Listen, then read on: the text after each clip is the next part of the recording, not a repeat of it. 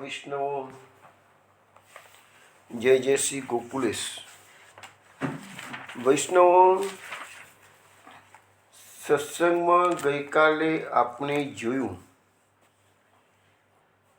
કે બ્રહ્માજી સ્તુતિ કરતા ભગવાનને કહે છે, હે કૃષ્ણ, જીવ જ્યાં સુધી આપણો ભક્ત થતો નથી ત્યાં સુધી જ રાગાદિક ચોરો કામ કરે છે. ઘર કેદખાનું બની જાય છે અને મોહ પગની બીડીઓ બની રહે છે. એટલે આપણને જે આ સંસારમાં ફસાવા છે 3 વસ્તુ છે, એવું આપણને બ્રહ્માજી ગઈકાલે સમજાવ્યું. સંસારનો રાગ એટલે આસક્તિ, આપણા કુટુંબ કબીલાનો મોહ અને આપણું ઘર, ગૃહસ્થીનું ઘર એ કેદખાનું જેવું લાગે છે. હવે એના પછી એ ભગવાનની સ્તુતિ કરતાં કરતાં બ્રહ્માજી 37મા શ્લોકની અંદર કહે છે કે પ્રભુ, ભલે તમે નિષ્પ્રપંચ હો, પરંતુ છતાં તમે પ્રપંચો તો કરો જ છો. પણ હા, ભગવાનના પ્રપંચો શેના માટે છે? તો પોતાના શરણાગત ભક્તો છે એના આનંદને વધારવા માટે છે. હવે ભગવાન બ્રહ્માજીની વાતો શાંત ચિત્તે સાંભળી રહ્યા છે. સ્તુતિ તો દરેકને ગમતી હોય, ભગવાનને પણ ગમે. પણ સ્તુતિ કરતાં કરતાં કરતાં બ્રહ્માજીને ખ્યાલ ના રહ્યો કે મારાથી વધારે પડતું બોલાઈ ગયું છે. એટલે એને બ્રહ્માએ તો ભગવાનને પણ એનું મહાત્મ્ય જ્ઞાન થઈ ગયું પછી પણ કહી દીધું કે તમે તો પ્રપંચો કરો છો કે છે. હવે ભગવાનની આંખ થોડીક ઊંચી થઈ, તીરછી દ્રષ્ટિએ બ્રહ્માજીની સામે. અત્યાર સુધી જોયું નહોતું, પણ જોયું. બ્રહ્માજીને સમજણ પડી ગઈ. બ્રહ્માજી તો જ્ઞાની છે. ખ્યાલ આવી ગયો કે પ્રભુ નારાજ થયા પાછા મારાથી કે છે. એ તો પોસાય નહીં, બોસને નારાજ કરવાનું તો કોઈ નથી પોસાય નહીં. એટલે તરત જ બ્રહ્માજીએ એમની વાતને ફેરવીને કહેવા મળી. શું કહે છે?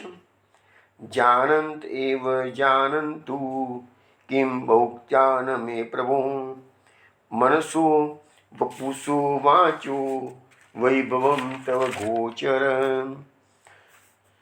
બ્રહ્માજી કહે છે, હે પ્રભુ, જે લોકો એમ કહે છે કે અમે જાણીએ છીએ, તો ભલે એ લોકો જાણતા કે છે, પણ હું તો તમને એનાથી વધારે હું શું કરતા સુધી બહુ બોલ કર્યું છે ને બ્રહ્માજીએ. એટલે કે કેમ બહુક્યા ન મેં પ્રભુ, હું પ્રભુ હવે તમને વધારે શું કહું કે છે. હું તો કે છે મનસો વપુસો વાંચો, મનથી, વાણીથી કે આ શરીરથી તમારું મહાત્મ્ય જાણી શકતો જ નથી કે છે. મેં કીધા તો તમને બધું ઘણું કહ્યું, પણ ભગવાને જેવી ત્રીજી દ્રષ્ટિ જોઈ બ્રહ્માજીની સામે, વાત તો કરતા જ નથી, દ્રષ્ટિ આપતા જ નથી, પણ અત્યારે જ દ્રષ્ટિ જે આપી બ્રહ્માજીને ખ્યાલ આવ્યો કે ભૂલ કરી છે. એટલે તરત જ બ્રહ્માજીએ પોતાની વાતને વળાંક આપતા કહ્યું કે પ્રભુ, જે લોકો એમ કહે છે કે અમે તો ભગવાનને જાણી લીધો છે, તો ભલે એ લોકો કહે છે. હું તો તમને વધારે શું કહું, પણ હું તમને કંઈ જાણી શક્યો નથી. હવે મહાપ્રભુજી સુબોધનીજીમાં કહે છે કે બ્રહ્માજી કોણ છે? તો વેદ ગર્ભ છે. બ્રહ્માજી સર્વ વેદોના જાણકાર છે. એટલે બ્રહ્માજીને પણ ખબર છે કે મારાથી મોટો જ્ઞાનવાળો આ દુનિયામાં કોઈ નથી. કારણ કે ભગવાનના ઉચ્છ્વાસમાંથી વેદો પ્રકટ થયા છે અને એ વેદો ભગવાને બ્રહ્માજીને આપેલા છે. તો એ જ્ઞાની જે બ્રહ્માજી જે જ્ઞાન છે એટલું જ્ઞાન તો કોઈની પાસે નથી. કારણ કે સૃષ્ટિનું સર્જન તો બ્રહ્માજીએ કર્યું છે. તો કહે છે કે આવા જ્ઞાનવાળા બ્રહ્માજી પણ કહી દીધું કે મારા મન, દેહ અને વાણીથી હું તમારું મહાત્મ્ય જાણી શકતો નથી. હવે તમે જુઓ, આપણે થોડા દિવસ પહેલાં જ કેનો ઉપનિષદની વાત કરતા હતા. તો કેનો ઉપનિષદમાં આ ટાઈપનો એક શ્લોક છે જ. યસ્યામતમ તસ્ય મતમ મતમ યસ્ય ન વેદસઃ અવિજ્ઞાતમ વિજાનતામ વિજ્ઞાતમ અવિજાનતામ. આ શ્લોક આપણે થોડા વખત પહેલાં જોયો હતો. એમાં શું કહે છે કે જે મહાપુરુષો પરમેશ્વરનો સાક્ષાત્કાર કરી લે છે તેમનામાં પરમેશ્વરને જાણી લીધા માટેનું સહેજ પણ અભિમાન રહેતું નથી. એટલે કે બ્રહ્મનું જ્ઞાન જેને થઈ ગયું છે એ તો એમ જ કહે છે કે મને કાંઈ ખબર નથી. એ તો એમ જ કે હું જાણતો નથી. કે જે જાણે છે એ કહે હું જાણતો નથી. અને જે બ્રહ્મને નથી જાણતો એ જ કહેશે કે હું જાણું છું. કે છે કહેવાનો મતલબ કે જે લોકો બહુ પંડિતાઈ કરતા હોય, વિદ્વાન હોય, એ લોકો સામાન્ય રીતે એમની પંડિતાઈના તौर પર બોલતા હોય શાસ્ત્રોના જ્ઞાનના આધારે કે અમે બધું જાણીએ છીએ. કે છે પરંતુ ભગવાનની જે અનુભૂતિ છે એ અને શાસ્ત્રોની વાતો બેમાં ઘણો ફરક છે. બીજી વસ્તુ છે, અનુભૂતિ સામાન્ય રીતે કેવી હોય છે? એ અનુભૂતિ અનુભવ ગમ્ય હોય છે. જેવી રીતે પેલો મૂંગો માણસ ગોળ ખાય અને કોઈ પૂછે ને કે ભાઈ ગોળ કેવો લાગ્યો, તો બિચારો મૂંગો માણસને એનો સ્વાદ કેવી રીતે બતાવવાનો છે? એ નહીં બતાવે, કારણ કે મૂંગો છે. તો એવી રીતે ભગવાનની જે અનુભૂતિઓ જે કોઈને પણ થતી હોય છે એ લોકો સામાન્ય રીતે પ્રકટ નથી કરતા. આપણા પુષ્ટિ માર્ગમાં માટે કહેવાય છે કે પ્રકટ કિએ રસ જાય. એટલે ભગવાન આજે કળિયુગની અંદર પણ ભક્તોની પાસે માગી માગીને આરોગ્ય છે. ભગવાન ભક્તો સાથે એમની અનેકવિધ અનુભૂતિઓ કરાવે છે. એ અનુભૂતિઓ શા માટે કરાવે છે? પોષણ આપવા માટે. ભક્ત ક્યારે એક ધારી સેવા જ કર્યા કરે અને ભગવાન તરફથી કશો રિસ્પોન્સ ના મળે તો માણસને થોડુંક ડિપ્રેશન ક્યારેક આવી જાય કે સર હું આટલા વર્ષોથી સેવા કરું છું, પ્રભુ મારી સાથે કોઈ વાત પણ નથી કરતા. કે છે અરે પ્રભુ સપનામાં એને કે જેના હું જે કરું છું બરાબર છે, કંઈ તમારી પ્રસન્નતા મારા પર છે કે નહીં? તો પ્રભુ એને કંઈક ને કંઈક જતાવતા હોય છે. તો એટલે કહે છે પણ એ વ્યક્તિ, એ ભક્ત કોઈને કહે નહીં વાર કે પ્રકટ એ રસ જાય. હવે આ બાબતમાં શું છે કે બે પ્રકારના મહાત્માઓ છે. એક મહાત્માઓ એવું કહે છે કે આપણી અનુભૂતિને કોઈને કહેવી નહીં, આપણે આપણી પાસે રાખવાની, કારણ કે પ્રકટ કી રસ જાય. એ વાત પણ સાચી છે.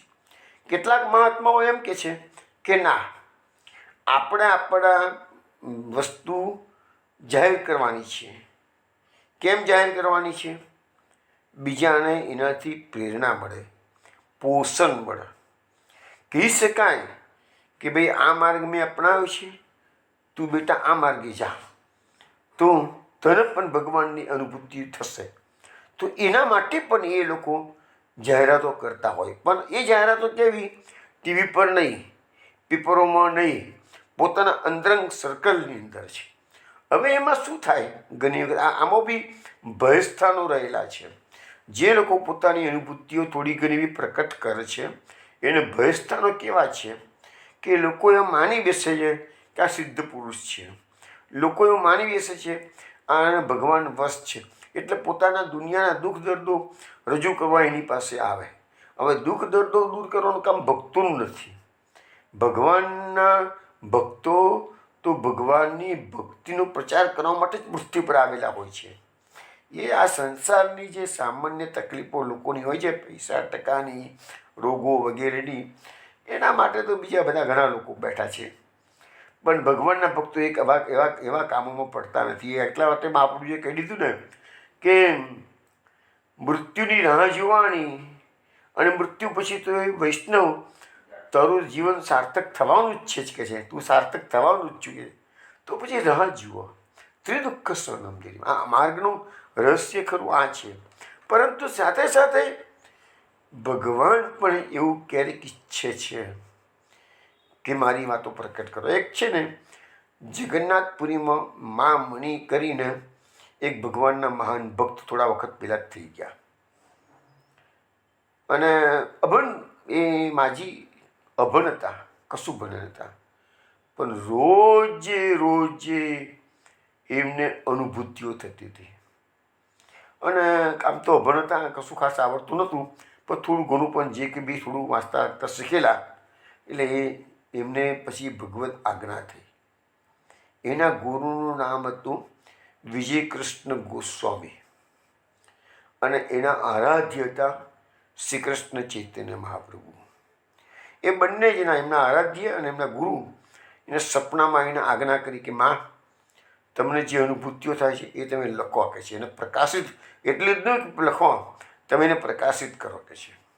અત્યારે કળિયુગની અંદર શું છે, લોકોની શ્રદ્ધાને વધારવી હોય તો આવું થોડુંક સાહિત્ય પર હોય તો આ કપોળ કલ્પિત, આ ભગવાનની ભક્તિની કે ભગવાનની અનુભૂતિની વાતો એ કપોળ કલ્પિત નથી. આજકાલ જે નવી જનરેશનમાં બધા ભણેલા ગણેલા લોકોને એમ માની બેઠા છે કે આ ધર્મ એટલે અંધશ્રદ્ધા છે, એવું લોકો માને છે. લોકો ખુલ્લેમાં હવે બોલતા પણ સાંભળેલા છે કે આવું બધું કશું છે જ નહીં કે છે, આ તો બધું ખોટું ઊભું થયેલું છે કે છે.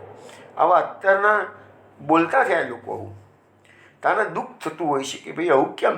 તો એવા સમયમાં આવી જે અનુભૂતિઓ લોકોની થાય અને આ પુસ્તકો પ્રકાર, આપણે પુષ્ટિ માર્ગની વાત કરીએ ને તો આપણે 84 વૈષ્ણવ 252 ભગવદે થઈ ગયા. કેટલી બધી વાતોમાં આપણું સાહિત્ય પ્રકાશિત થયું છે કે નથી થયું. ભગવાને આપણા ભક્તો પાસેથી માગીને આરોગ્ય છે, નાની મોટી અનેક પ્રકારની અનુભૂતિઓ કરાવેલી છે. એ બધું 84 વૈષ્ણવ 252 ભગવદીમાં આવ્યું કે નથી આવ્યું. તો એમને પ્રકટ કર્યું તો જ આપણને ખબર પડી ને, તો જ ગોકુલનાથજી એમના વાર્તા સાહિત્યમાં બધું પ્રકટ કર્યું ને. હવે એમને કોઈને કહ્યું જ ના હોત તો ગોકુલનાથજી કઈથી પોતાની મંડળીમાં, નિજ મંડળીમાં કહેવાના હતા. તો આપણે એનો જે આજે આનંદ લઈએ છીએ એનું, તો એ આપણે કઈથી મળતું? પ્રોત્સાહન મળે છે, આ બધા પોષણ મળે છે કે છે. એટલે પણ અનુભૂતિઓ ખરેખર તો કોઈને કહેવાય નહીં. પછી ચિત્ત કેવી હોય તો અંતરંગ સેવકો, અંતરંગ વર્તન હોય એમાં કહેવામાં વાંધો નથી, જેથી માર્ગદર્શન બીજાને આપી શકાય. પણ જો પબ્લિસિટીના આશયથી કરવામાં આવે તો પાછું એ તમારા માટે મોટું બાધક બની જાય છે. પોતાની પ્રતિષ્ઠા વધારવા માટે કરવામાં આવે તો પછી ઘણી જ એમાં અનુભૂતિઓ બંધ પણ થઈ જાય અને પાછું શું છે કે તમારું પતન પણ થાય. એટલે આ એક ડેન્જર પોઈન્ટ પણ એની સાથે સાથે છે. પણ આ મા મણીની જે મેં વાત કરીને એની અંદર તો શું છે કે ભગવત આજ્ઞા જ હતી. એવી રીતે તમને હું કહું કે આજકાલની વાત કરીએ ને તો દિલીપ કુમાર રાય થઈ ગયા, હમણાં 1980માં સમાધિ લીધી. એને જીવનમાં જે અનુભવો થયા છે એમના પોતાના અથવા તો એમના સર્કલના બીજા ભક્તોના, એનું એક પુસ્તક પ્રકટ કર્યું છે, ગુજરાતીમાં પણ છે. એનું નામ છે ચમત્કારો આજે પણ બને છે. ઇંગ્લિશમાં એનું નામ છે મિરેકલ્સ ડુ સ્ટીલ હેપન, અને બંગાળી ઓરિજિનલી લખાયેલું બંગાળીમાં એનું નામ હતું અઘટન આજો ઘટી. અને એની અંદર જે અદ્ભુત વાતો લખેલી છે એમાં એની પ્રસ્તાવનામાં દિલીપ રાય લખે છે કે આ વાતો મેં જે લખી છે એ અક્ષરે અક્ષર સત્ય છે. એમાં કોઈ પ્રકારની લખતી વખતે મેં કોઈ અતિશયોક્તિ કરી નથી અને ખુલ્લેઆમ એને ભક્તોના અનુભવ બતાવ્યા છે. અને એમાંના કેટલાક પ્રસંગો મેં 4-5 વર્ષ પહેલાં સત્સંગમાં લીધેલા હતા, જેવા કે સતીનું ચરિત્ર, શ્યામ ઠાકુરનું ચરિત્ર, મંદિરા, અમલ, આ બધા ભગવાનના ભક્તો થઈ ગયા મહાન. અને એ બધાના જીવનમાં જે ભગવાને અનુભૂતિ કરાવી અને જે બની ના શકે એવા અકલ્પ્ય બનાવો એમના જીવનમાં જે બન્યા છે, એ બધી વાતો ઓલરેડી સત્સંગમાં રેકોર્ડ 5-4 વર્ષ પહેલાં જાગૃતિબેને કરેલી છે. અને ઉનાળામાં જ્યારે બી સત્સંગ બંધ રહેતો હશે ને આનામાંની કોઈક વસ્તુઓ આપણે યુટ્યુબ પર મૂકતા જઈશું તો તમને એ વસ્તુનું આસ્વાદન તમને પણ કરવા મળશે જ. કારણ કે વાંચવાનો, ચોપડી લાવવાનો કંટાળો આવતો હોય, પણ સાંભળવાનું લગભગ એવરેજ વ્યક્તિને સાંભળવાનું ગમતું હોય છે. તો આ ઉનાળામાં પણ થોડું ઘણું પણ એમાંથી અમે પીરસવાનો વિચાર કરી રહ્યા છીએ. એ વખતે તમે વાંચજો તો ખ્યાલ આવશે કે આ બધી કળિયુગની અત્યારની છેલ્લા 100 વર્ષમાં બનેલી સત્ય ઘટનાઓ છે. પુષ્ટિ માર્ગમાં દયારામભાઈ થઈ ગયા. એ દયારામના એક શિષ્ય હતા ગિરજાશંકર, અને ગિરિજાશંકરના દીકરાનું નામ છે નાથજીભાઈ. આ બધા ડભોઈમાં થઈ ગયા. તો એમને એનું ચરિત્ર નાથજીભાઈનું લખવામાં આવેલું છે. દયારામના શિષ્યના પુત્ર. એને એમાં પોતાની જે અનુભૂતિઓ છે એને પુસ્તકમાં લખી છે, જાહેર કર્યું છે. લોકો વિશ્વાસ રાખે કે આ કળિયુગમાં પણ ભગવાન હાજરા હજુર છે. એવું નથી કે કળિયુગ આવે એટલે ભગવાન જતા રહ્યા છે, એવું નથી. ભગવાન આજે પણ છે. તો પુષ્ટિ માર્ગમાં પણ અનુભૂતિઓ થતી હોય છે. અને દયારામને પોતાનો તો અનુભૂતિઓ થયેલી જ છે, પાછું એમના શિષ્યના દીકરાએ એક પુસ્તક પ્રકટ કરેલું છે. એટલે આમાં તો ઘણા પુસ્તકો અવેલેબલ છે કે જ્યાં ભગવાનના ભક્તોને જે અનુભૂતિઓ થઈ હોય એ બતાવે છે. એટલે કહેવાનો મતલબ કે આ બધી અનુભૂતિઓ ભલે પ્રકટ થતી હોય, પરંતુ અહીંયા બ્રહ્માજી કહે છે, હું વધારે તો પ્રભુ તમને શું કહું કે છે, બહુ બોલાઈ ગયું છું મારાથી વધારે કે છે, અમારા વધારે કેવું નથી કે છે. ટૂંકામાં કહી દઉં કે મનથી વાણીથી હું તમારું મહાત્મ્ય જાણી શક્યો નથી કે છે. પછી કહે છે કે હવે ભગવાન તો બી શાંતિથી ઊભા રહ્યા છે. ભગવાન કશું બોલતા જ નથી. હવે એને ખ્યાલ આવી ગયો કે ભાઈ મેં તો આટલું બધું બોલ કર્યું છે, હવે બોલવાનું પણ બંધ કરવાનું મેં કહી દીધું છે. એટલે હવે એને ભગવાનને કીધું હું જઉં તાને પ્રભુ, તમારી આજ્ઞા હોય તો હું જઉં. એટલે શું કહે છે? અનુજાની મામ કૃષ્ણ ત્વમ વેત્સી સર્વવિત ત્વમેવ જગતામ નાથો જગત એતત તવાર્પિતમ.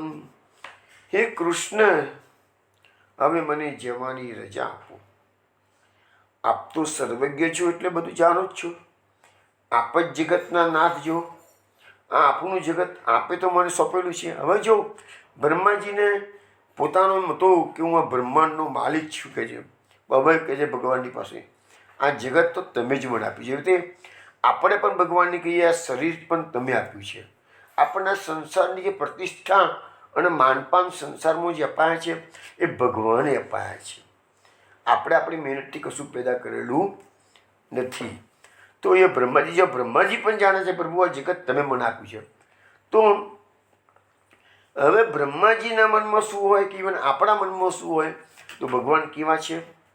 સર્વજ્ઞ છે. એટલે ભગવાન બધું જાણે છે. એટલે બ્રહ્માજી એ વાત કરે છે કે પ્રભુ તમે જગતના નાથ છો કે છે, તમે સર્વજ્ઞ છો, તમે બધું જાણો છો કે છે. એટલે હવે હું તમને વધારે શું કહું કે છે, જે કહેવાનું તમે કહી દીધું છે. હવે આપણે પુષ્ટિ માર્ગમાં મહાપ્રભુજી આપણને સમજાવ્યું છે કે પ્રાર્થિત એ વાતો તક કેમ સ્યાત સૌમ્ય અભિપ્રાય સંશયાત.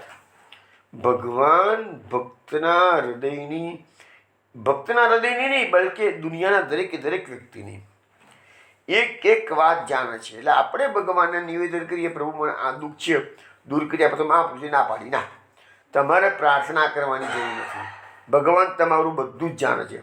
એટલે મહાપ્રભુજી સિદ્ધાંત તરત આપી દીધો કે નિજે ઈચ્છા કરી હતી. પ્રભુ એમની ઈચ્છા પ્રમાણે બધું કરે. આપણું મુખ્ય પુષ્ટિમાનું ચિત્ત તું સિદ્ધની ચિંતા આધારે કૃષ્ણને કરવું હોય તે કરે. ભગવાનને જે કરવું હશે કરશે. શરણાગત જીવ થઈ ગયો પછી એને બધું ભગવાન પર છોડી દેવાનું છે. એ શરણાગત જીવનું કેવી રીતે જીવન જીવવું જોઈએ એ બધી વાતો છે. હું જ્યારે આ શ્યામ ઠાકુરનું ચરિત્ર તમે મે મહિનામાં યુટ્યુબ પર સાંભળજો, આવશે બધું, તો એક તમને ખ્યાલ આવશે કે શરણાગતિ કોને કહેવાય.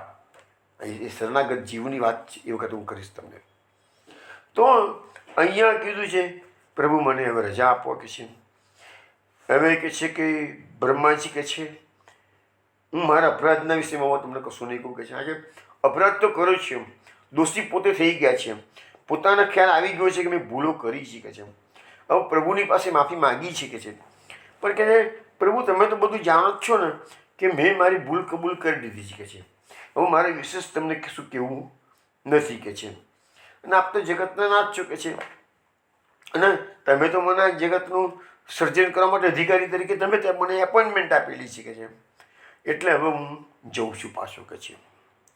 બ્રહ્માજી ભગવાનને એવું નથી કહેતા કે પેલા વાછરા અને બાળકો મારી પાસે પડ્યા છે એ પ્રભુ પાસે લઈ આવું તમારી આજ્ઞા મળતો, કે પછી આ તમે જે આ વાછરા અને બાળકો તમે બન્યા છો એને એ ચાલુ રાખવાનું છે. બ્રહ્માજી હજુ ક્લિયર નથી, ભગવાનને કહેવાની હિંમત નથી કરતા, પણ ભગવાન તો પાછું કીધું ને કે બધાના હૃદયની વાત જાણે છે. એટલે બ્રહ્માજીએ અનુમતિ માગી તો ભગવાને મુખ સંમતિ આપી દીધી છે. એટલે બ્રહ્માજી હવે પોતાના ધામમાં બ્રહ્મલોકમાં જવા માટે નીકળ્યા છે. પણ નીકળતા થયું સારું કશું કહેવાનું રહી જતું લાગે છે. પાછા અટક્યા છે. જવા માટે પગ ઉપાડ્યા, પાછા અટક્યા. ને ભગવાનને છેલ્લે પેલા કહે છે આપણે છેલ્લે સલામ ભરી આવે. પેલો અધિકારી હોય એને કામ કરવા માટે ગયો તો છેલ્લે સલામ ભરી આવે. એવી રીતે બ્રહ્માજી છેલ્લે શ્રી કૃષ્ણને પ્રણામ કરવા જાય છે. શું કહે છે? શ્રી કૃષ્ણ વૃષ્ણિકુલે પુષ્કર જોશદાયિન ક્ષ્માણી દ્વિજ પશુદધિ વૃદ્ધિકારિન ઉદ્ધર્મ સારવરહર ક્ષિતિરાક્ષસ દ્રુક આકલ્પમ અર્કમર્મર્હન ભગવન નમસ્તે. હવે છેલ્લા શ્લોકની સ્તુતિમાં બ્રહ્માજીએ ભગવાનને કીધું, હે કૃષ્ણ, આપ તો યાદવ કુળરૂપી કમળનો વિકાસ કરનાર સૂર્ય સમાન છો. પૃથ્વી, દેવો, બ્રાહ્મણો અને આ પશુઓરૂપી આ જે આખી દુનિયા ઉભરાઈ રહી છે, એટલે સમુદ્ર બન્યો છે આખો આ પૃથ્વી પર. બધું કહે છે દેવોનો, બ્રહ્મનો અને પશુઓનો જે હજારો જીવો છે ત્યાં આગળ, એ બધા એના જે આપણે સમુદ્ર છે, દરિયો છે એનો, તો એની વૃદ્ધિ કરનાર ચંદ્ર પણ તમે છો. કે દરિયાને અને ચંદ્રને ડાયરેક્ટ સંબંધ છે. પછી કહે છે કે આ પૃથ્વી પર જે પાખંડરૂપી ધર્મ ફેલાઈ ગયેલો છે એનો નાશ કરવા માટેના તમે અગ્નિ સમાન છો. પછી આ પૃથ્વી પર રાક્ષસો જે પ્રકટ થયા છે રાજાઓના રૂપમાં, એ બધાને તમે ધ્રુવ કરીને એના માટે તમે અગ્નિ સમાન છો. તો અહીંયા આ શ્લોકની અંદર બ્રહ્માજી ભગવાનને 3 ઉપમા આપી છે, સૂર્યની, ચંદ્રની અને અગ્નિની. અને પછી પાછા કહે છે કે સૂર્ય સહિત સર્વના આપ પૂજનીય છો, અને હે ભગવાન, કલ્પના અંત સુધી હું આપને નમસ્કાર કરું છું. કે છે બ્રહ્માજી છેલ્લે પણ ભગવાનને નમસ્કાર કરવાનું ચૂક્યા નથી. તો એમને કીધું કે હું તો તમને નમસ્કાર કરું છું, એટલે કેવું કલ્પના પર્યંત સુધી હું તમને નમસ્કાર જ કરતો રહું. કે છે કારણ કે બીજું માણસની પાસે કહીએ છીએ ને કે માણસની પાસે આપવાનું છે પણ શું? તમે ભગવાનના ચરણોમાં વંદન કરો, એ વંદન ભગવાનને બંધનમાં નાખે છે. એટલા માટે મને વંદન તમારે કરવા જરૂરી છે. ભગવાનની કૃપા નહીં થવાની હોય ને તો પણ ભગવાનને કૃપા કરવા માટે પ્રેશર થશે વંદનના કારણે. ના ગમે તેમ જીવ મારી શરણે આવેલો વંદન કરવું, ડેટ મીન્સ કે શરણાગતિ સ્વીકારવાની. જે મારે સકડાઈથી જે ચાલતો હોય ને એ કોઈ દિવસ કોઈને પગે ના લાગે, અને જે નમ્ર હોય એ બધાને પગે લાગીને ઝૂકીને રહેતો હોય છે. તો તમે ઝૂકી જાય કોઈ તમારી આગળ આવીને એટલે તમે ઓટોમેટિકલી તમે આશીર્વાદ આપશો જ.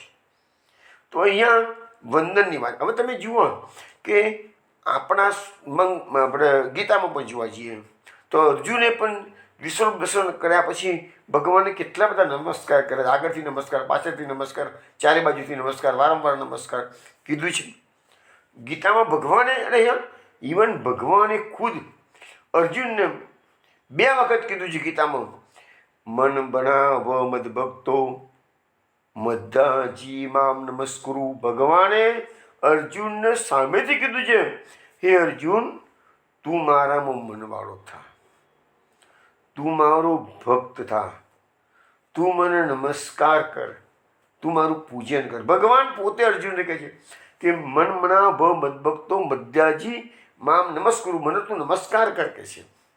તો ભગવાન પોતે જ પોતાના ભક્તો પાસેથી એક્સપેક્ટ કરે છે કે તમે સદૈવ મારા ચરણોમાં વંદન કરતા રહો. કેમ?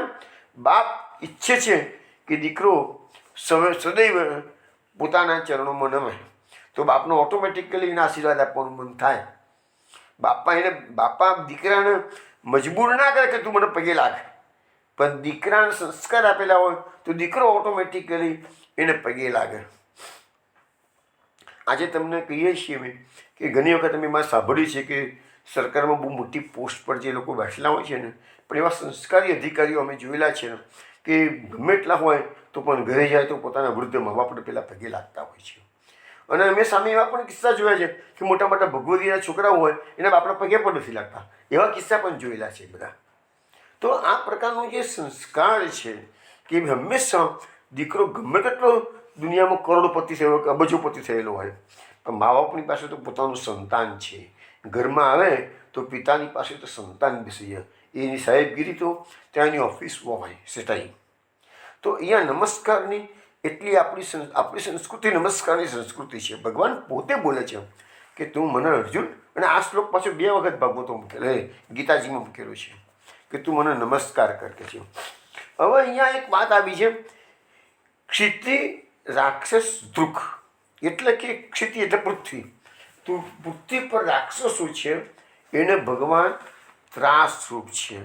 તો આ જ વાત મહાપ્રભુજીએ પ્રતિવૃતાષ્ટકમાં પણ ગાય છે.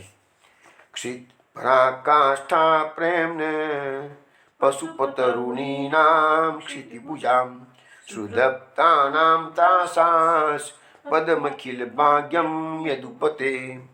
મહાપ્રભુજી પરિવૃતાષ્ટકની અંદર એવું કહે છે કે ક્ષિતિભુજા, ક્ષિતિ એટલે પૃથ્વી, ભુજા એટલે આપણા હાથ. તો પૃથ્વીના હાથ કોણ છે? તો ક્ષત્રિયો છે. જે રાજાઓ છે એ પૃથ્વીનું ઉપર રાજ કરે છે, ક્ષત્રિયો. એટલે એના માટે મહાપ્રભુએ શબ્દ વાપર્યો છે ક્ષિતિપૂજા. હવે એ રાજાઓ કેવા થયા છે આ કળિયુગની અંદર? તો સુદ્રપ્તા નામ, એટલે કે દ્રપ્ત થઈ ગયા છે, અભિમાની થઈ ગયેલા છે કે છે. તો એ અભિમાની રાજાઓ માટે ભગવાન અવતાર ધારણ કેમ કરે છે? તેવા અભિમાની રાજાઓ માટે ત્રાસાસ્પદમ શબ્દ વાપર્યો છે, એટલે કે એ લોકોનો ત્રાસ છે. ભગવાન પ્રગટ થઈ અને એ અભિમાની રાજાઓના અભિમાનનું ખંડન કરવા માટે ત્રાસરૂપ બને છે. મહાપ્રભુજી આપણને સમજાવે છે. એવું જ આપણે કુંતી સ્તુતિમાં મને એક શ્લોક એવું આવ્યો છે, રાજ્ય નિવંશ દહનાનપ વર્ગ વીર્ય. કુંતી માતા સ્તુતિમાં ભગવાનની સ્તુતિ કરતા કરતા છે કે પ્રભુ તમારો અવતાર કેમ થયો છે?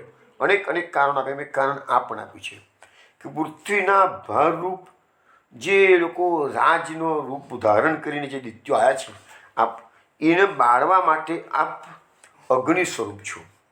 તો આ જે રાજાઓ, જે દાનવો છે, દૈત્યો છે, એ જ પૃથ્વી પર કંસ, દાખલા તરીકે કંસ છે, શિશુપાલ છે, એ બધા દાનવો, દૈત્યો આ પૃથ્વી પર નરકાસુર, અનેક બાણાસુર, બધા અનેક રાજાઓ એ વખતે ભગવાનના સમયમાં હતા.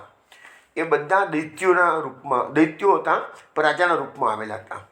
તો એ બધાને બાળવા માટે અગ્નિ સમાન છે. કૃષ્ણનું પ્રાકટ્ય એના માટે થયેલું છે. પણ એનો અર્થ એવો નથી થતો કે બધા જ રાજાઓ દૈત્યોનો અવતાર છે, એવું પણ નથી. એવો અર્થ ના. દાખલા તરીકે ભાગવતમાં આપણે જોઈએ તો પૃથ્વીરાજાનું ચરિત્ર જોયું, ઋષભદેવ, તો એ તો ભગવદ અવતારો છે. રામચંદ્રજી ભગવદ અવતાર છે, ભલે રાજા છે, ક્ષત્રિય છે. પૃથ્વીરાજા, ઋષભદેવજી, રામચંદ્રજી બધા ક્ષત્રિયના અવતારો છે, પણ છતાં રાજાઓ છે, પણ એ બધા ભગવદ અવતારો છે.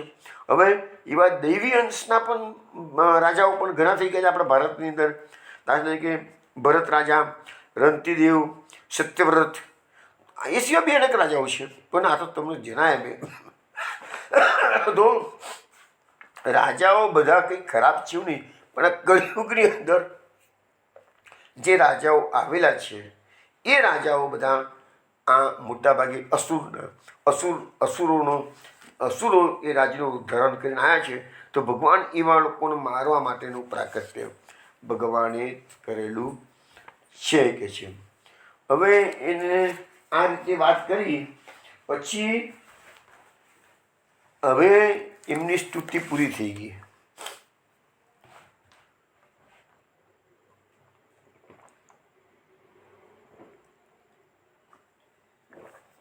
સ્તુતિ પૂરી થઈ ગઈ, એને જવું છે, પણ શિષ્ટાચાર તો ભૂલાય નહીં પાછો.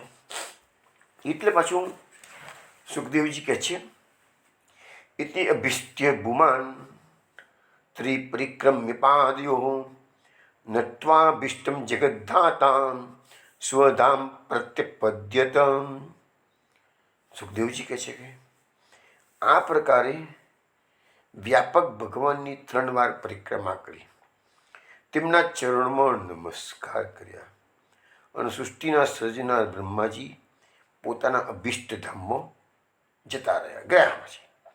બ્રહ્માજીને જેવું હતું એટલે એમને ભગવાનની રજા માગી. જતાં જતાં ભગવાનના ચરણોમાં પ્રણામ કર્યા. પછી વિચારે છે, પ્રભુ નારાજ થઈ ગયા તો હું શું કરું. પાછું થયું, નાના 3 વાર પરિક્રમા કરી દેવા દો.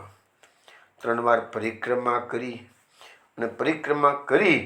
અને પછી પોતાના ધામમાં બ્રહ્માજી જતા રહ્યા. હવે જુઓ, અહીંયા જે શબ્દ આવ્યો કે ત્રિપરિક્રમ્ય, બ્રહ્માજીએ ભગવાનની 3 વાર પરિક્રમા કરી.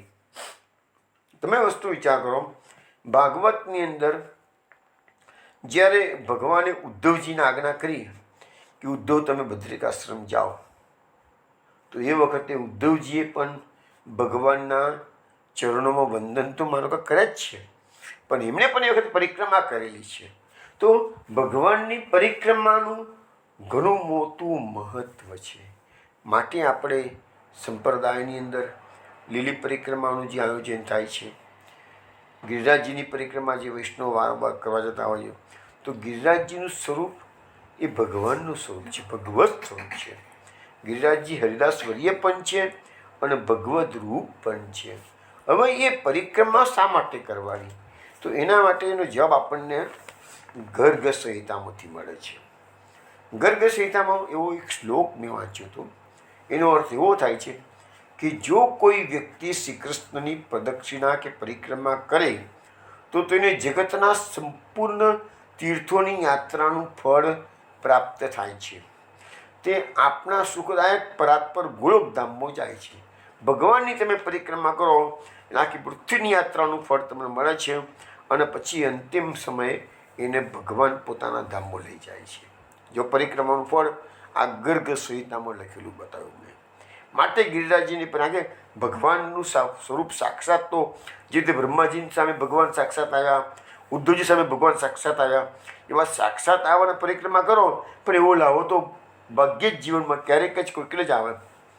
પણ ગિરિરાજજીનું સ્વરૂપ તો ત્યાં છે જ, બધાના ખબર છે ભગવત સ્વરૂપ છે. વ્રજની ભૂમિ એ પણ એક શ્રી કૃષ્ણનું સ્વરૂપ જ છે. એ બી આપણા શાસ્ત્રોમાં લખેલું છે, જાણીતી વાત છે. એટલે તો આપણી 500 વર્ષથી મહાપ્રભુજીના સમયથી આ લીલી પરિક્રમા થતી આવી છે. એનું કારણ આ જ છે કે ભૂમિમાં તમે જાઓ, ભગવાનની ચરણરજનું સેવન કરો. અને એટલે એક વખત મેં કહેલું કે મથુરાવાળા મનોહરલાલ શાસ્ત્રીજી ભાગવતના બહુ મોટા જાણકાર હતા. આપણા અત્યારના જે વિદ્વાનો થઈ ગયા એમાંના એક બહુ મોટા વિદ્વાન હતા.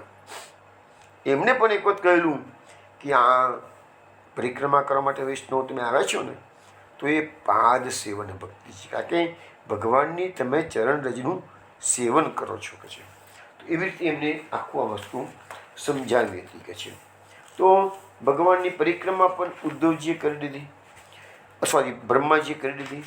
પણ ભગવાન બ્રહ્માજીની સામે પણ જોતા નથી. અને પાછી આપણા મહાપ્રભુજી શું કહે છે? મહાપ્રભુજીએ એની અંદર આપણે પરિવૃદ્ધાષ્ટકની વાત કરી ને, એ પરિવૃદ્ધાષ્ટકમાં પાછા 2 શ્લોકો લખેલા છે આ બાબતમાં. એક શ્લોક છે કે નમદ બ્રહ્મેશેન્દ્ર વિભૂતિ સુચ મૌનમ ધૃતવતી.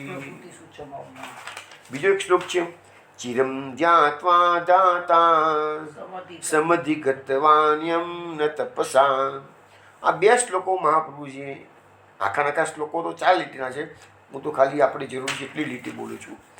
તો એ બંનેનો અર્થ એવો થાય છે, સરખો જ છે લગભગ. પણ પેલું જે નમદ બ્રહ્મેશેન્દ્ર એટલે બ્રહ્મા, શંકર અને ઇન્દ્ર જેવા મહાન મહાન દેવો પણ તમને નમસ્કાર કરે છે, તો તમે પ્રભુ મૌન ધારણ કરો છો, બોલતા જ નથી, જોતા જ નથી. તમે જોયું ભગવાન એટલે શ્લોક એવો છે હિંકારાન પશુપતિ પશુપને કુર્વતી સદા. એટલે કે તમે પેલા ગાયો ચરાવવા જાઓ વનમાં, ત્યાં તો દરેકે દરેક ગાયોની પાછળ હી હી હી હી હી એવા અવાજ તો ચોગાડે બોલાય છે. મહાપ્રભુજી ભગવાન શું કહે છે, તો તમે ગાયોની પાછળ ચરણ ગૌચારણ વખતે તો બોલો છો કે હી હી હી. તો આ બિચારા મોટા મોટા દેવો છે બ્રહ્મા શંકર અને ઇન્દ્ર, એ આવીને ઊભા રહ્યા છે, તમારા ચરણોમાં દંડવત પ્રણામ કરી રહ્યા છે. બોલતાય નહીં, તમે તો ખરા છો કહે, મૌન ધારણ કર્યું છે કહે. પછી બીજા શ્લોકમાં કહે છે, સકૃત સ્મૃત્વા કુંભી યમીય પરમમ લોકમગવત ચિરમ ધ્યાત્મા ધાતા સમધિગતવાન યમ ન તપસા. અરે મહાપ્રભુજી કહે છે, અરે કૃષ્ણ, આ તમારો કેવો વર્તાવ છે કે છે. કેમ ભાઈ, શું થયું? સકૃત સ્મૃત્વા કુંભી, અરે પેલો હાથી ખાલી એક વાર સ્મરણ કર્યું છે. ગોવિંદ નારાયણા અખિલ ગુરુ ભગવાન, જે લોકો અષ્ટમ સ્કંદમાં 3 અધ્યાય છે, ગજેન્દ્ર મોક્ષની સ્તુતિનો બહુ સુંદર સ્તુતિ છે કે એમાં ગજેન્દ્રએ એક ફૂલ પાડે છે પોતાની સુધમાં. ભગવાનને આકાશમાં ભગવાન આવી ગયા છે અને ભગવાનને પોતાની સુધમાં ફૂલ, કમળનું ફૂલ લઈને અર્પણ કર્યું છે કે જે બોલે છે, નારાયણ અખિલ ગુરુ ભગવાન નમસ્તે. બસ પતી ગયું, આટલું જ. સકૃત સ્મૃત્વા કુંભી, અરે પેલા હાથી એક જ વાર તમારું સ્મરણ કર્યું, તમે એને પોતાનું ધામ આપી દીધું કે છે. એકચ્યુઅલી ગજેન્દ્ર તો નાવા ગયો તો સરોવરમાં, ત્યાં મગરે પગ પકડ્યો છે અને યુદ્ધ ચાલ્યું લોવું. મગરને બધા એના હાથીને બધા બાળ બચ્ચા, એની રાણીઓ હાથણીઓ છોડીને જતી રહી, એકલો પડી ગયો છે. ત્યારે એને શરણાગતિ સ્વીકારી છે, ગોવિંદનો પોકાર કર્યો છે. તો એથી ગો નીકળ્યો અને ગોલોકધામમાં ગો પહોંચ્યો તો ભગવાન ત્યાંથી તો ત્રટ ગરુડ પર બેસીને પધાર્યા છે. તો એમ કહે છે, અમુક કથાકારો વર્ણન એવું કરે છે, તો ગો એમને ગોલોકધામમાં સાંભળ્યો હતો ભગવાને, અને એટલી ત્વરાથી જે ગજેન્દ્રને ઉદ્ધાર કરવા પધારે છે, તો વિંદ શબ્દ તો આ સરોવરના કિનારે ભગવાન આવ્યા ને પછી એને વિંદ સંભળાવ્યો. કેટલાક કથાકારો વર્ણન કરે છે. પણ આ વસ્તુ છે ને, નારાયણ અખિલ ગુરુ ભગવાન નમસ્તે ભાગવતમાં લખેલી છે. તો એને એક જ વાર સ્મરણ કર્યું છે અને પોતાનું ધામ તમે આપી દો શકે છે. અને આ ભગવાન, આ બ્રહ્માજી ચિરમ ધ્યાત્મા ધ્યાતા ધમ સમધિ ગતવાન યમ ન તપસા. અરે લોબા સમય સુધી આ બ્રહ્માજી તપ કર્યા કરે છે, તો તમે એના ધ્યાનમાં પણ આવતા નથી. આ પ્રભુની લીલા કેવી છે એ આપણને મહાપ્રભુજી પરિવૃદ્ધાષ્ટકમાં સમજાવે છે. હવે આગળ કે ભગવાનની આજ્ઞા આપી દીધી છે. હવે ભગવાને બ્રહ્માજીને જવાની આજ્ઞા, એટલે ભગવાને છે ને ખાલી મૌન સંમતિ આપી છે. એટલે બ્રહ્માજી માની લીધું છે કે ભાઈ મને આજ્ઞા મળી ગઈ છે કે છે. એટલે કે છે, તતોનું જ્ઞાપ્ય ભગવાન સ્વભુવમ પ્રાગ વસ્થિતાન વત્સાન પુલિનમ આનિન્ય યથા પૂર્વમ સખમ શકમ. બ્રહ્માજીને જવાની આજ્ઞા આપ્યા પછી ભગવાન પૂર્વવત સ્થિત મિત્રોવાળા કિનારા ઉપર વાછરડાઓને લઈને આવ્યા. ભગવાન જે કિનારે, ગંગાજીના કિનારે આ બધા ભોજન કરતા હતા, બ્રહ્માજી જતા રહ્યા ત્યાં સુધીમાં ભગવાન ત્યાં આગળ આવી ગયા. હવે શું બને છે, બ્રહ્માજી બ્રહ્મલોકમાં પોતાના ધામમાં પહોંચી ગયા. હવે પેલા વાછરા અને બાળકો તો બ્રહ્માજી લઈ ગયેલા હતા. બ્રહ્માજી એ બાબતમાં ભાગવતમાં કશું જ લખ્યું નથી, પણ ભગવાને એ બધાને પોતાની શક્તિ, પોતાનું સામર્થ્ય છે, બધાના પાછળના પાછા બ્રહ્માજી આ બાજુ ગયા અને આ બાજુ બધા ગોપ બાળકો વાછડા, જે પ્રકારની સિચ્યુએશન 1 વર્ષ પહેલાં હતી એવી રીતે બધું ભગવાને ગોઠવી દીધું છે. ભગવાનની આજ્ઞા લઈ બ્રહ્માજી પોતાના સ્થાન પર પહોંચે અને પોતે લઈ ગયેલા બાળકાઓ અને વાછરડાને લઈને આવે એ પહેલાં જ ભગવાને બધી વ્યવસ્થા ગોઠવી. બ્રહ્માજી કશું કરવાનું વિચારે ને એ પહેલાં તો ભગવાને બધું ગોઠવી દીધું. બ્રહ્માજીને પૂછવા જ નથી રહેવાનું કે છે જાઓ. અને પછી જે પ્રકારે પહેલાં વાછડા ચડતા હતા એ પ્રમાણે ચડે છે, બાળકો ભોજન વગેરે જે કરતા હતા એ પ્રકારે કરે છે. અને આ બધું થઈ ગયું એટલે આગળ પાછા ભાગવતમાં લખે છે કે એકસ્મિન અપી યાતે દે પ્રાણે સમચાંતરાત્મન કૃષ્ણમાયા હતા રાજન ક્ષણાર્ધ મે નિરેર્ભકા. હે રાજન, આ બધામાં 1 વર્ષ વીતી ગયું. પોતાના પ્રાણેશ વિના આમ 1 વર્ષ વીતી ગયું હોવા છતાં શ્રી કૃષ્ણની માયાથી મોહિત એ બાળકોએ એ સમયની માત્ર અડધી ક્ષણ જ માણી. હવે જે બાળકોને બ્રહ્માજી હરણ કરી ગયા હતા, વન ભોજન કરતા કરતા 1 વર્ષ પહેલાં શ્રી કૃષ્ણ ભગવાન વાછડા ચરતા દૂર નીકળી ગયા હતા. એનું તપાસ કરવા માટે ગયા હતા. ભગવાન બાળકોએ ભોજન કરી રહ્યા છે. ભગવાનનું એ વખતનું જે સ્વરૂપ હતું એનું વર્ણન આપણે કર્યું હતું. બિભ્રદ્વેણુમ જે તરપટયો શૃંગી વેત્રે ચ કક્ષે, એ વાત આપણે જે કરી હતી. એવું સ્વરૂપ 1 વર્ષ પછી ભગવાને પાછું ધારણ કર્યું છે. એવા અને એવા ભગવાન વાછડા શોધવા નીકળી ગયા છે. ભગવાન વાછડા શોધીને પાછા લાવ્યા છે. જમુનાજીના કિનારે જ્યાં વનભોજન ચાલતું ત્યાં આગળ ભગવાન આવી ગયા છે. પરંતુ પેલા ગોપ બાળકોને ખબર નથી કે આ તો 1 વર્ષ નીકળી ગયું છે. હવે શું થયું કે ભગવાનની માયાથી આ બધા ગોપ બાળકો અને વાછડા હતા એ મોહિત થઈ ગયા હતા. મહાપ્રભુજી લખે છે કે આ જે માયા હતી એ બ્રહ્માજીની નથી, એ ભગવાનની માયા હતી. બ્રહ્માજીની માયામાં તો બ્રહ્માજી પોતે જ ફસાઈ ગયા હતા. તો જે પોતે જ ફસાય એ બીજાને શું કરવાનું હતું કે છે.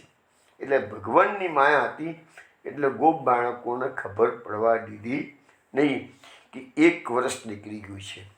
હવે તમે વિચાર કરો કે જ્યારે ગોપીજનો ભગવાન ગૌચરણ માટે વનમાં પધારે સવારથી, સાંજે ઘેરે પધારે પાછા સાયંકાળે, ત્યાં સુધી ગોપીજનો જે દિવસ પસાર કરતા હતા તો કેટલી મુશ્કેલીથી કાઢતા હતા. તેના માટે ભાગવતમાં શબ્દો વાપર્યો છે, ક્ષણમ યુગો સતમ યુવા.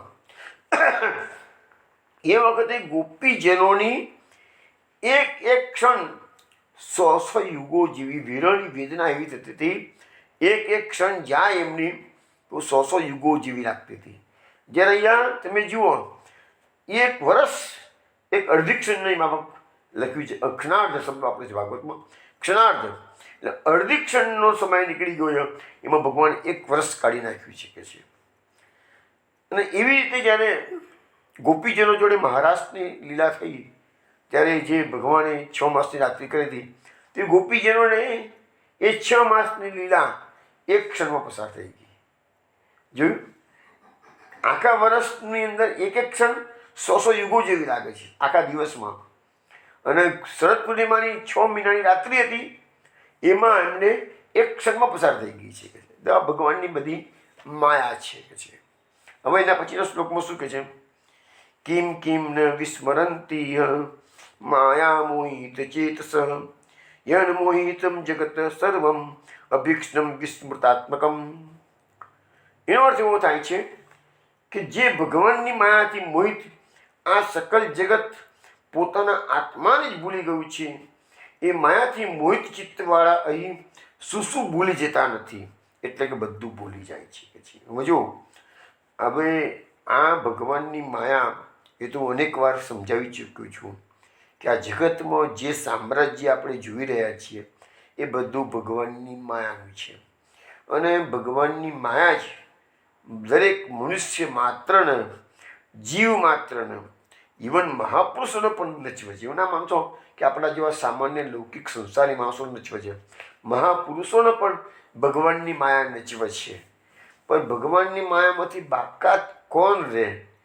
તો મામેવ એ પ્રપદ્યંતે માયા મેતામ તરંતિ. ભગવાનનું વચન યાદ કરવાનું.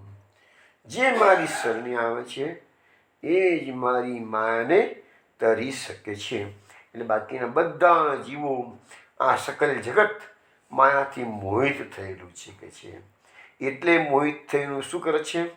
પોતાના આત્માને જ ભૂલી ગયું. ગઈકાલે આપણે ડિસ્કશન થયું હતું ને કે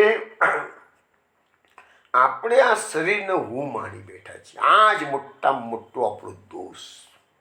આપણે અંદર રહેલો આત્મા છીએ, આ હું શરીર નથી. એ સ્મૃતિ આપણી રહેતી જ નથી. વાંચીએ, સત્સંગ સાંભળીએ, 2 ગણી સાંભળવાનું સારું પણ લાગે, પણ પાછા હતા એના એ તો એમાં કેમ કારણ છે? કારણ કે આપણી સ્મૃતિ પણ બહુ ટૂંકી છે. હવે આની અંદર એક બીજી વસ્તુ સમજાવી છે કે કિમ કિમ ન વિસ્મરંતી હ. તો અહીંયા વિસ્મરંતી હોય એટલે મનુષ્ય માત્ર પોતાને ભૂલી જ ગયો છે. હવે આપણે એ વસ્તુ ડિસ્કશન થઈ ચૂકી હતી કે પંચ પર્વ અવિદ્યા છે. અવિદ્યાના 5 પર્વ, એમાંનું એક પર્વ એ છે કે જે સ્વરૂપ વિસ્મૃતિ. આપણે બધા સ્વરૂપ વિસ્મૃતિનો ભોગ બનેલા છીએ. આપણને ખબર નથી કે પૂર્વજન્મમાં આપણે ક્યાં હતા, એની પહેલાંના જન્મમાં આપણે ક્યાં હતા, પછી એની પહેલાંના જન્મમાં ક્યાં હતા, પણ ક્યાંક તો હતા. કારણ કે આપણા સનાતન સંપ્રદાયની જે થિયરી છે કે વારંવાર જન્મવાનું, વારંવાર મરવાનું, એ બધી આપણી જે થિયરી છે એ પ્રકારે આપણા અનેક જન્મો થઈ ચૂક્યા છે. ભગવાન ગીતામાં પણ કીધું અર્જુન નહીં, અર્જુન તારણ મારા અનેક જન્મો થઈ ગયા છે, એ બધા હું જાણું છું પણ તું જાણતો નથી, એવું ગીતામાં પણ ભગવાને અર્જુનને કીધેલું છે. એટલે આપણા પણ અનેક જન્મ થઈ ગયા છે, પણ આપણું એક જન્મ પણ આપણને યાદ આવતો નથી. હા, એટલું અનુમાન થઈ શકે છે કે આપણે મહાપ્રભુજીના પુષ્ટિ માર્ગમાં આવ્યા છીએ, દીક્ષિત થયા છીએ, બ્રહ્મસમન લીધું છે, મહાપ્રભુજીની વાતો, કૃષ્ણની વાતો સાંભળવાની ગમે છે. આનો અર્થ એવો થયો કે પૂર્વ જન્મમાં તમે કૃષ્ણ સેવા કરી છે, તમે કૃષ્ણના લાડીલા હસો છે, તો જ આજે આ જન્મ આ તક મળે છે. નહીં તો અત્યારે તો લોકો ઈટ ડ્રિંક એન્ડ બી મેરી, ખાવા પીવાનું મોજ મજા કરવામાં મસ્તીથી નાચ્યા કૂદ્યા કરે છે કે છે. એવી પબ્લિક આજકાલ તો મેજોરિટી લોકો એ ટાઈપના પણ થઈ ગયેલા છે. તો એની સામે જ્યારે આપણને ભગવાનની વાતો સાંભળવાની ગમતી હોય તો માનજો કે પૂર્વજન્મમાં કંઈક ભક્તિ કરેલી છે, થોડી ઘણી ઓછી વધતી પણ કરી છે, તો જ તમે આ લેવલે આવી શકો. નહીં તો ના આવે, નહીં તો એમ જ થાય કે ભાઈ મોજ મજા કર્યા કરો એમ. પણ એ સ્વરૂપ વિસ્મૃતિ આપણને થઈ ગયેલી છે, તો પ્રયત્ન કરવાનો છે કે હું કોણ છું, ક્યાંથી આવ્યો છું, શું કરવાનું છે. હવે પછી કોઈ જગ્યાએ જવાનું ક્યાં થશે તો ના પ્રભુ તારા ધામમાં જ લઈ જા, હવે બીજે નહીં, બહુ ભટક્યો, હવે ભટકવું. આ પ્રકારની કાલાવાલા કરો, કાકલુદી કરો. અમારો પ્રભુ કેવો છે? કૃષ્ણ તો કૃપાળુ છે. જરૂર ભક્ત મનોરથ પૂરકાય નમઃ. ભક્ત મનોરથ પૂર્ણ કરનારું કૃષ્ણ છે કે છે. તો એ સ્વરૂપ વિસ્મૃતિ જે છે ને, એ જ આપણનો મોટામાં મોટો દોષ છે.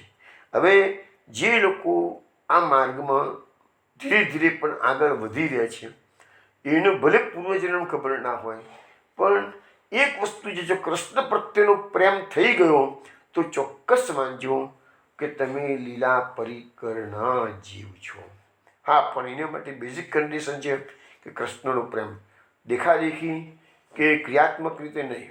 ભગવાન તમને ગમવા જ જોઈશે, ટાઈમ પાસિંગ માટે નહીં, દિલથી સંસાર છોડીને પણ કૃષ્ણનું કામ પહેલાં કરવાનું, કૃષ્ણને યાદ પહેલાં કરવાના. એ ભાવ તમારામાં જાગૃત થયો તો માનજો તમે કૃષ્ણના લીલા પરિકરના જીવ છો. અને અનેક જન્મોથી ભટકીને કોઈ દોષ થયા હશે એટલે ભગવાને પુત્ર મોકલ્યા છે અને તમને હવે તક મળી છે તો પુષ્ટિ માર્ગમાં દીક્ષિત થયા છો. તો આ વસ્તુ આપણે મગજમાં થોડી ઉતારવાની જરૂર છે. હવે આગળ કહે છે શ્લોકમાં, ઊંચું છે શ્રુધ કૃષ્ણ સ્વાગતમ તે તિરંગસામ નૈકોપ્ય ભોજી કવલ એત સાધુ ભૂજતામ. હવે એ બાળકોએ પોતાના જ્યારે શ્રી કૃષ્ણ ભગવાન બધા વાસરાને લેવા ગયા હતા, એ લઈને પાછા ત્યાં આગળ આવી ગયા છે જમુનાજીના કિનારે, જ્યાં બધા બાળકો બેસીને વનભોજન કરતા હતા. એટલે બાળકોએ પોતાના મિત્ર શ્રી કૃષ્ણને કહ્યું કે કૃષ્ણ તમે આવી ગયા, બહુ સારું થયું, જલ્દી આવી ગયા. કે જેમ અમે તો તમારા ગયા પછી હજુ એક કોળિયો પણ મોઢા મૂક્યો નથી. અહીં આવો, હવે આપણે બધા સાથે બેસીને ભોજન કરી જો. ભગવાનને હસવું આવે કે ના કહો. અલા ભાઈ, 1 વર્ષ નીકળી ગયું અને 1 વર્ષ પછી પેલા છોકરાઓ કહે છે એમના ગુવાડિયાઓ કે પ્રભુ કૃષ્ણ તમે જલ્દી આવી ગયા, તમે વાછડા લેવા ગયા હતા પણ આવી ગયા બહુ જલ્દી કહે છે, જો હજુ તમે કોળિયો પણ ખાધો નથી, મોઢા મૂક્યો નથી કહે છે, ચલો હવે આપણે સાથે બેસીને ભોજન કરીએ કહે છે. તો અહીંયા આ લીલાનો તમે સમજવાનો પ્રયત્ન કરો. ભગવાનની લીલા કેવી છે.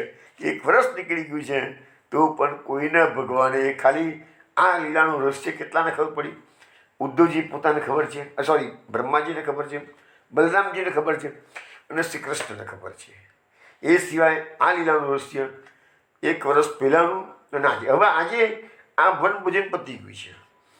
હવે બધા ઘરે જવાના છે, પોતપોતાના સાજ પડી ગઈ છે, ઘરે જવાના છે. હવે તમે વિચાર કરો, 1 વર્ષ પહેલાંની સ્થિતિ અને આજની સ્થિતિ સરખી છે. વચ્ચે જે 1 વર્ષ નીકળી ગયું છે એમાં જે ગોપ બાળકો અને વાછડા ઘેર જતા હતા તેમની માતાઓ એમને ખૂબ જ વહાલ કરતી હતી. પણ આજે પાછી સિચ્યુએશન કઈ આવી ગઈ? 1 વર્ષ પહેલાંની. હવે બધા છોકરાઓ વાછડાઓ બધા ઘર તરફ પ્રયાણ કરી રહ્યા છે. શું લખે છે અંદર?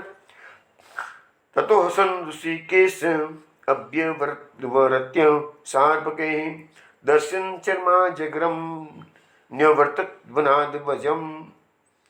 એટલે કે ભગવાન શ્રી કૃષ્ણે બાળકો સાથે હસી હસીને ભોજન કર્યું અને પછી તેમને અજગરનું ચામડું દેખાડતા વનમાંથી વ્રજમાં વધાર્યા. ભગવાને થોડી હિંટ આપી દીધી, જેવા પેલો અજગર માર્યો તો એને ચામડું જોવા આખો 1 વર્ષ પહેલાં અજગરને મારેલો અઘાસુરને, એને ચામડું સુકાઈ ગયું હતું, એનું ચામડું સુકાઈ ગયેલું.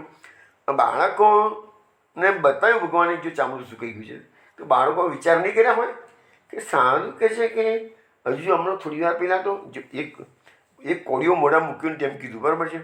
અઘાસુરને જે દાડે માર્યો એ જ દિવસની આ લીલા છે. વનભોજનવાળીને બ્રહ્માજી વાછા ચોરી ગયા, અઘાસુરને માર્યો એ દિવસની લીલા છે. પણ અઘાસુરને મારે વરસ થઈ ગયું છે, ગોપ બાળકોને તો ખબર છે નહીં. અને ભગવાન એનું ચામડું બતાવે છે, સુકાઈ ગયેલું ચામડું બતાવે છે. ગોપ બાળકો જોયું છે પણ એનું રિએક્શન શું હોય છે એવું ભાગવતમાં કશું લખેલું નથી. એનું રિએક્શન છે પણ ભગવાને બતાવ્યું, એટલું જ કીધું છે.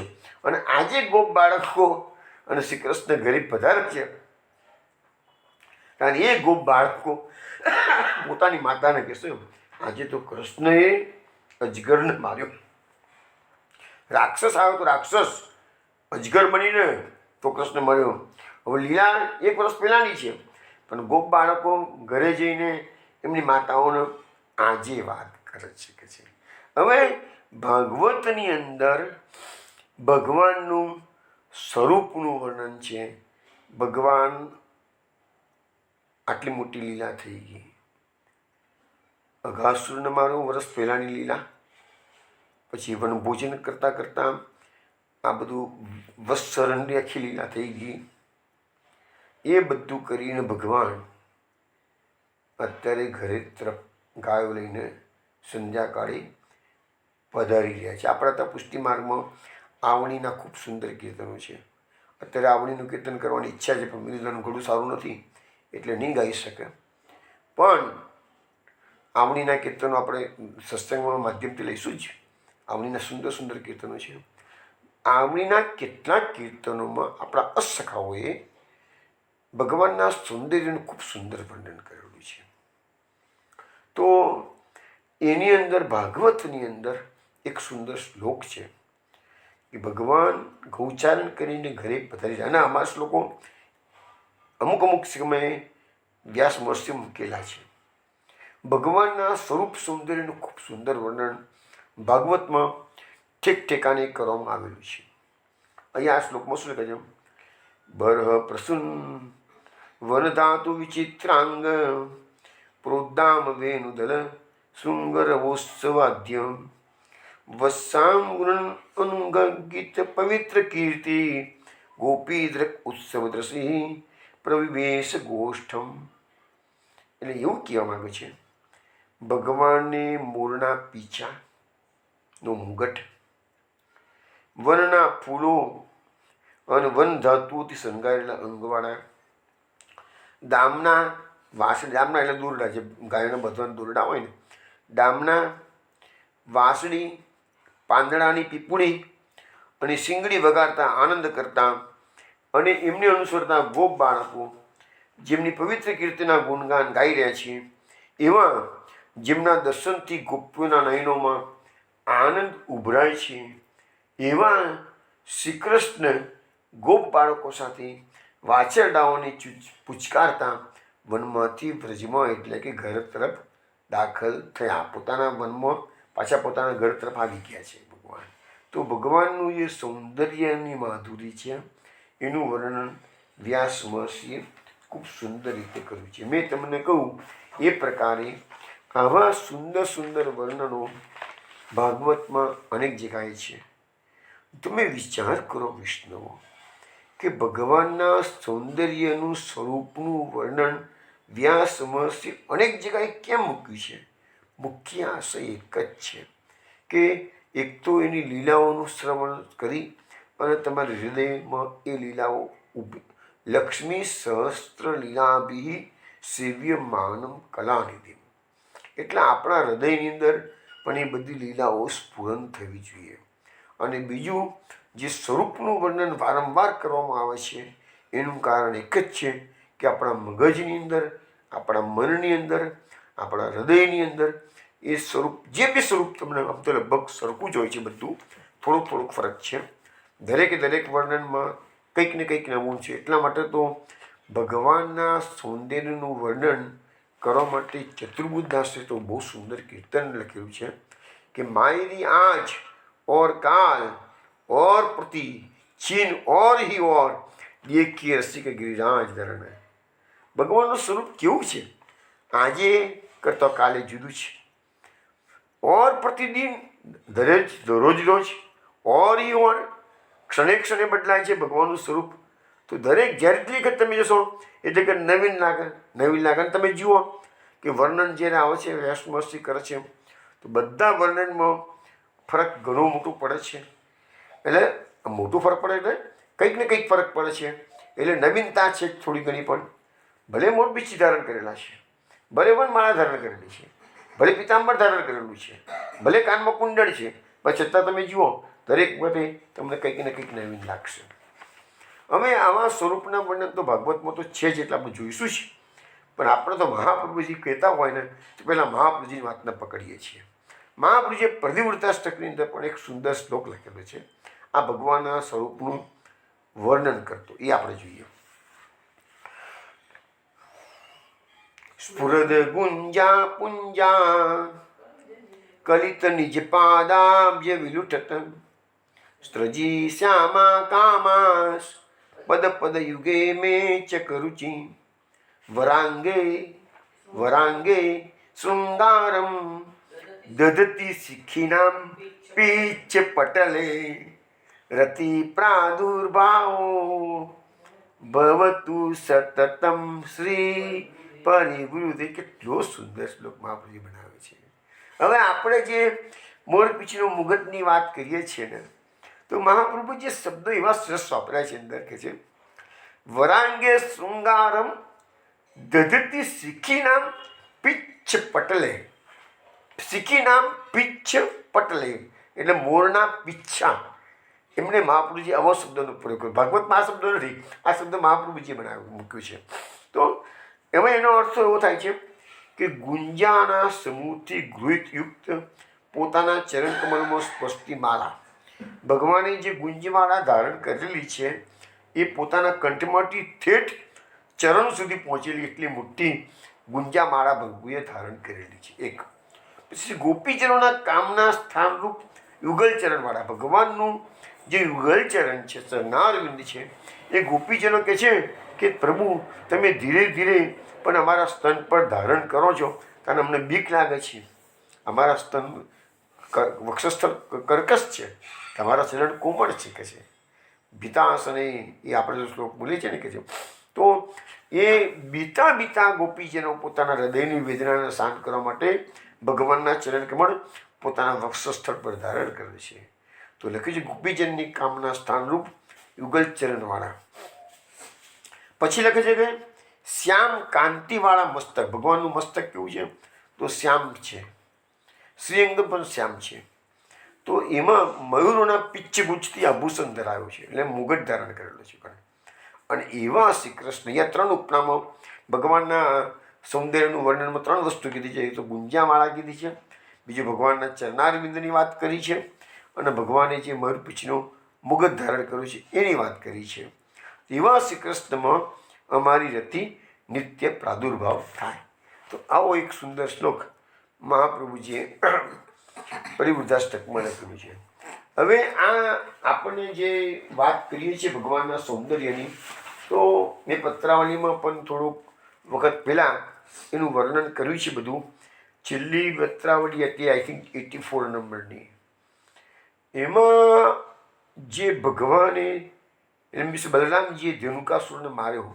હવે આપણને આવતા વીકમાં જ કદાચ આ લીલા આવશે છે કે ભગવાને બલરામજી ધેનુકાસુરને માર્યો, અને ધેનુકાસુરને માર્યા પછી એ દિવસે ભગવાન પાછા પધારી રહ્યા છે બ્રજમાંથી વનમાં બ્રજમાં. તો એ વખતનું સ્વરૂપ કેવું છે એનું વર્ણન પાછું ભાગવતમાં છે. પછી યજ્ઞપત્નીઓ ભગવાનના માટે ભોજન લઈને જાય છે, અને એ વખતે યજ્ઞપત્નીઓને જે દર્શન ભગવાન આપેલા છે એમાં એક સખાના હાથ પર ખભા ઉપર પોતાનો હાથ મૂકેલો છે, અને બીજા હાથે ભગવાન કમળનો ગોળ ગોળ ફેરવી રહ્યા છે. આવું વર્ણન તો ભાગવતમાં ખાલી એક જ જગ્યાએ જોવા મળશે. ભગવાનના સૌંદર્યનું વર્ણન જ્યારે આવશે ને ત્યારે હું તમને વધારે પડતું એને હાઇલાઇટ કરતો રહીશ, જેથી તમારા હૃદયમાં સ્વરૂપ તમે આજે મનમાં જસ્ટ આજે રાત્રે સુઈ જતા પહેલાં વિચાર કરો કે યજ્ઞ પત્નીઓ બધી હાથમાં થાળ, સોના, આપણે માનો સોનાના થાળ, અનેક પ્રકારના 4 પ્રકારના વ્યંજન, એટલે અનેક પ્રકારના વ્યંજન પણ 4 પ્રકારના, ચાટવાના, ખાવાના, પીવાના, ચૂસવાના 4 પ્રકારના વ્યંજન લઈને પધાર્યા છે યજ્ઞપત્નીઓ વનમાં. અને પ્રભુ એ વખતે યજ્ઞપત્નીઓને દર્શન આપવા માટે સ્ટાઇલ મારે છે. કેવી સ્ટાઇલ મારે છે પ્રભુ? કે એક સખાના ખભા પર પોતાનો જમણો હાથ મૂક્યો છે, અને ડાબા હાથની અંદર કમળનું ફૂલ લીધું છે. તો ગોળ ગોળ ગોળ ગોળ પ્રભુ એ કમળનું ફૂલ ફેરવી રહ્યા છે, અને યજ્ઞપત્નીઓને આ સ્વરૂપના દર્શન થયા છે. એને વ્યાસમાં ભાગવતમાં આનું વર્ણન કરે છે. આવું વર્ણન આખા ભાગવતમાં ભલે સૌંદર્યનું વર્ણન ઘણી જગ્યાએ છે, પણ આવું વર્ણન એક જ જગ્યાએ છે. જો હવામાં અદ્ભુત વર્ણનો જ્યારે આવતા હશે ત્યારે હું તમારું ધ્યાન દોરીશ. વૈષ્ણવ સતત એનું ચિંતન કરો, આ લીલાઓનું ચિંતન કરો, આ સ્વરૂપનું ચિંતન કરો, જીવન આનંદથી ભરી જશે. ચલો વૈષ્ણવ, હવે સોમવારે રાત્રે 8 વાગે પાછા મળીશું. ત્યારે આપણે ભગવાને બ્રજમાંથી વનમાંથી ગાયો ચરાવીને ઘેર ગયા પછી શું કર્યું છે એ બધી વાતો આવતા વીકમાં કરીશું. ત્યાં સુધીમાં જય શ્રી ગોકુલેશ.